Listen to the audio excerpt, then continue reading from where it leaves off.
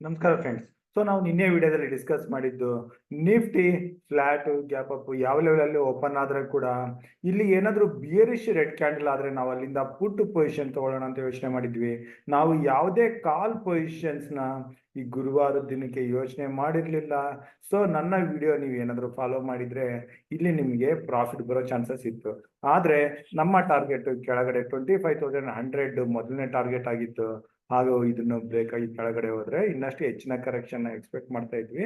ಆದ್ರೆ ನಿಫ್ಟಿ ಕೆಳಗಡೆ 25,120 ವರೆಗೆ ಬಂದಿತ್ತು.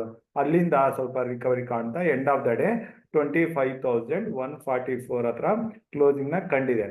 ಇಲ್ಲಿಂದ ಈಗ ನಾವು ಶುಕ್ರವಾರಕ್ಕೆ ಅದು 6th ಸೆಪ್ಟೆಂಬರ್ಗೆ ಲೆವೆಲ್ಸ್ ನೋಡಬೇಕು ಅಂತಂದ್ರೆ ಇಂಪಾರ್ಟೆಂಟ್ ಆಗಿ ಗ್ಯಾಪ್ ಅಪ್, ಗ್ಯಾಪ್ ಡೌನ್ ಅಥವಾ ಫ್ಲಾಟ್ ಯಾವ ಲೆವೆಲ್ ಅಲ್ಲಿ ಓಪನ್ ಆದ್ರೆ ಯಾವ ರೀತಿ ಮಾಡಬೇಕು ಅಂತ.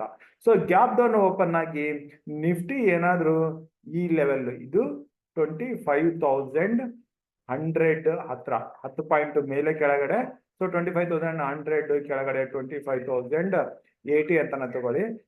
ಈ ಲೆವೆಲ್ ಅಲ್ಲಿ ಸಿಕ್ಕರೆ ಇಲ್ಲಿಂದ ಸಪೋರ್ಟ್ ತಗೊಂಡು ನಿಫ್ಟಿ ರಿಕವರಿ ಆಗೋ ಚಾನ್ಸಸ್ ಇರುತ್ತೆ. ಇಲ್ಲಿ 10 ಡೇ ಮೂವಿಂಗ್ ಆವರೇಜ್ ಬರುತ್ತೆ.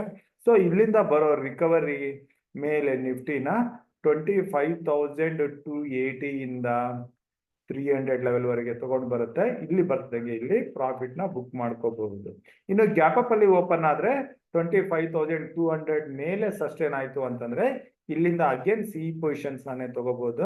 Again target 25,280 300. ಇನ್ನು ಇದನ್ನು ಕ್ರಾಸ್ ಆದ್ಮೇಲೆ 25,400 415 ಕೂಡ ನೋಡೋ ಚಾನ್ಸಸ್ ಇರುತ್ತೆ. ಗ್ಯಾಪ್ ಅಪ್ ಅಲ್ಲಿ ಓಪನ್ ಆಗಿ ಸಸ್ಟೈನ್ ಆಗಿ ಅಪ್ ಕೊಟ್ರೆ ಈ ಲೆವೆಲ್ ವರೆಗೆ ನೋಡಬಹುದು. ಗ್ಯಾಪ್ ಡೌನ್ ಬಂದು ಸಪೋರ್ಟ್ ತಗೊಂಡು ರಿಕವರಿ ಕಾಣ್ತಾ ಇದ್ರೆ 25,280 300 ಲೆವೆಲ್ ನ ನಾವು ಟಾರ್ಗೆಟ್ ಇಟ್ಕೊಂಡು ಹೋಗ್ತಾ ಇದೀವಿ.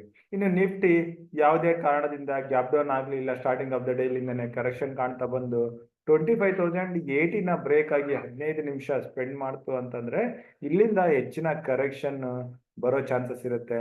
ಮೇಲೆ 25,130 ಲೆವೆಲ್ ಅಲ್ಲಿ ಸ್ಟಾಪ್ ಲಾಸ್ ನ ಇಟ್ಕೊಂಡು ಪುಟ್ ಪೊಸಿಷನ್ಸ್ ನ ತಗೊಂಡ್ರೆ ಇದು ಕೆಳಗಡೆ ನಿಫ್ಟಿನ 24,900 to 950 ಲೆವೆಲ್ ವರೆಗೂ ಬರೋ ಚಾನ್ಸಸ್ ಇರುತ್ತೆ. ಇನ್ನು ಏನಾದ್ರೂ ನೆಗೆಟಿವ್ ನ್ಯೂಸ್ ಕಂಟಿನ್ಯೂ ಆಗಿ ಈ ಲೆವೆಲ್ಸ್ ಕೂಡ ಬ್ರೇಕ್ ಆದ್ರೆ 24,800 ಕೂಡ ನೋಡೋ ಚಾನ್ಸಸ್ ಇರುತ್ತೆ. 25,100 ಕೆಳಗಡೆ 25,080 ಏನಾದ್ರೂ ಬ್ರೇಕ್ ಆಯ್ತು ಅಂತಂದ್ರೆ ಅಲ್ಲಿ ನಾವು ಪುಟ್ ಸೈಡ್ ಅಲ್ಲಿ ಪೊಸಿಷನ್ ತಗೊಳಕ್ಕೆ ಯೋಚನೆ ಮಾಡಬಹುದು. ಈ 3 ಲೆವೆಲ್ಸ್ ನ ನಾವು ನೋಟ್ ಮಾಡ್ಕೊಂಡು ಆ ಲೆವೆಲ್ಸ್ ಗಳನ್ನ ತಕ್ಕಂಗೆ ನಾವು ಶುಕ್ರವಾರ ದಿನ ಟ್ರೇಡ್ ಮಾಡೋಣ. ಈಗ ಬ್ಯಾಂಕ್ ನಿಫ್ಟಿ ಬರೋಣ. ಬ್ಯಾಂಕ್ ನಿಫ್ಟಿನಲ್ಲಿ ಕೂಡ starting of the day gap up ಅಲ್ಲಿ ಓಪನ್ ಆದ್ಮೇಲೆ ಇದು ಸ್ವಲ್ಪ ಕೆಳಗಡೆ ಬಂತು. ನಾವು ನಿನ್ನೆ ವಿಡಿಯೋದಲ್ಲಿ ಬ್ಯಾಂಕ್ ನಿಫ್ಟಿನಲ್ಲಿ ಯಾವುದೇ ಟ್ರೇಡ್ ತಗೊಳ್ಳಲ್ಲ. ಬ್ಯಾಂಕ್ ನಿಫ್ಟಿನಲ್ಲಿ ಏನಾದ್ರೂ ನಾವು ಪುಟ್ ಪೊಸಿಷನ್ಸ್ 51,000 ಕೆಳಗಡೆ ಅಂತ ಡಿಸ್ಕಸ್ ಮಾಡಿದ್ವಿ. ನಾವು ಬ್ಯಾಂಕ್ ನಿಫ್ಟಿನಲ್ಲಿ ಯಾವುದೇ ಟ್ರೇಡ್ ತಗೊಳ್ಳಿಲ್ಲ. ಇನ್ನು ಬ್ಯಾಂಕ್ ನಿಫ್ಟಿ ಈಗ ಇವತ್ತಿನ ದಿನ ಕೂಡ ಆಲ್ಮೋಸ್ಟ್ ಫ್ಲಾಟ್ ಅಲ್ಲೇ ಟ್ರೇಡ್ ಆಗಿದೆ. ಕಳೆದ ಒಂದು ವಾರದಿಂದ ಒಂದೇ ರೇಂಜ್ ಅಲ್ಲೇ ಟ್ರೇಡ್ ಆಗ್ತಾ ಹೋಗ್ತಾ ಇದೆ. ಈ ಲೆವೆಲ್ ಇಂದ ಬ್ಯಾಂಕ್ ನಿಫ್ಟಿನಲ್ಲಿ ನೆಕ್ಸ್ಟ್ ಅಪ್ ಮೂವ್ ಅಂತ ಸಿಗೋದು 51,600 ಮೇಲೆ ಬ್ಯಾಂಕ್ ನಿಫ್ಟಿ ಟ್ರೇಡ್ ಆಗಿ ಶುರು ಆದ್ರೆ. ಇದು ಗ್ಯಾಪ್ ಅಪ್ ಅಲ್ಲಿ ಆಗ್ಲಿ ಅಥವಾ ಸ್ಟಾರ್ಟಿಂಗ್ ಆಫ್ ದ ಡೇ ಇಂದಾನೆ ಅಪ್ ಮೂವ್ ಅಂತ ಬರ್ಲಿ 51,600 ಮೇಲೆ 15 ಮಿನಿಟ್ಸ್ ಸ್ಪೆಂಡ್ ಮಾಡ್ತು ಅಂತಂದ್ರೆ ಅಲ್ಲಿಂದ ನಾವು ಇನ್ನಷ್ಟು ಅಪ್ ಮೂವ್ ನ ಎಕ್ಸ್ಪೆಕ್ಟ್ ಮಾಡಬಹುದು. ಅದು ಬ್ಯಾಂಕ್ ನಿಫ್ಟಿನ ಮೇಲೆ 52,000 ಹಾಗೂ ಇದನ್ನು ಕ್ರಾಸ್ ಆಗಿ 52,350 400 ಲೆವೆಲ್ ನ ಕೂಡ ನಾವು ನೋಡೋ ಚಾನ್ಸಸ್ ಇರುತ್ತೆ. ಇನ್ನು ಬ್ಯಾಂಕ್ ನಿಫ್ಟಿ 51,600 ಕೆಳಗಡೆನೆ ಇದ್ದು ಇದೇ ರೀತಿ ಸೈಡ್ ವೇಸ್ ಅಲ್ಲಿ ಟ್ರೇಡ್ ಆಗ್ತಾ ಇದ್ರೆ ಯಾವುದೇ ಪೊಸಿಷನ್ ತಗೊಳ್ಳಲ್ಲ. ಇದು ಏನಾದ್ರು ಕೆಳಗಡೆ ಬಂದ್ರೆ ಕೂಡ ಇಲ್ಲಿ ಕೂಡ ಯಾವುದೇ ಪೊಸಿಷನ್ಸ್ ನ ತಗೊಳ್ಳೋದು ಬೇಡ. ಯಾವುದೇ ಲೆವೆಲ್ ಇಂದ ರಿವರ್ಸಲ್ ಬರೋ ಚಾನ್ಸಸ್ ಇರುತ್ತೆ.